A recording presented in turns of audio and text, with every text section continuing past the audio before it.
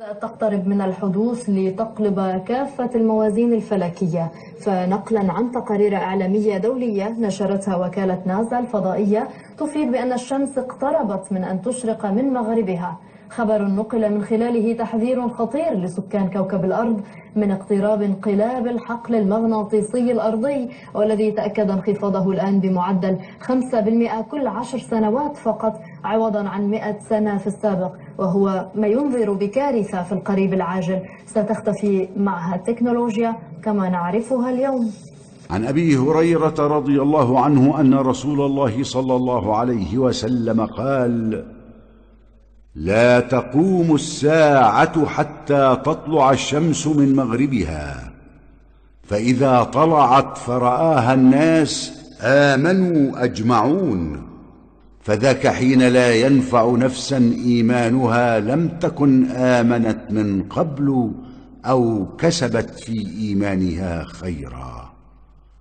صحيح البخاري. ينام الناس، وفي وقت صلاة الصبح يستيقظ الموحدون لصلاة الفجر ويخرجون إلى بيوت الله يصلون الصبح ثم يعودون، ولا زال الليل مخيما بظلامه،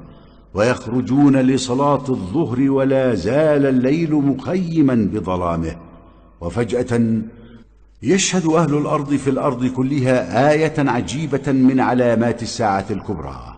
تلك الآية التي تؤذن بتغير أحوال العالم العلوي كله،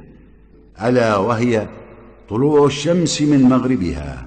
فتطلع الشمس من مغربها، فلما يراها الناس يعلنون إيمانهم. يوم يأتي بعض آيات ربك لا ينفع نفسا إيمانها لم تكن آمنت من قبل أو كسبت في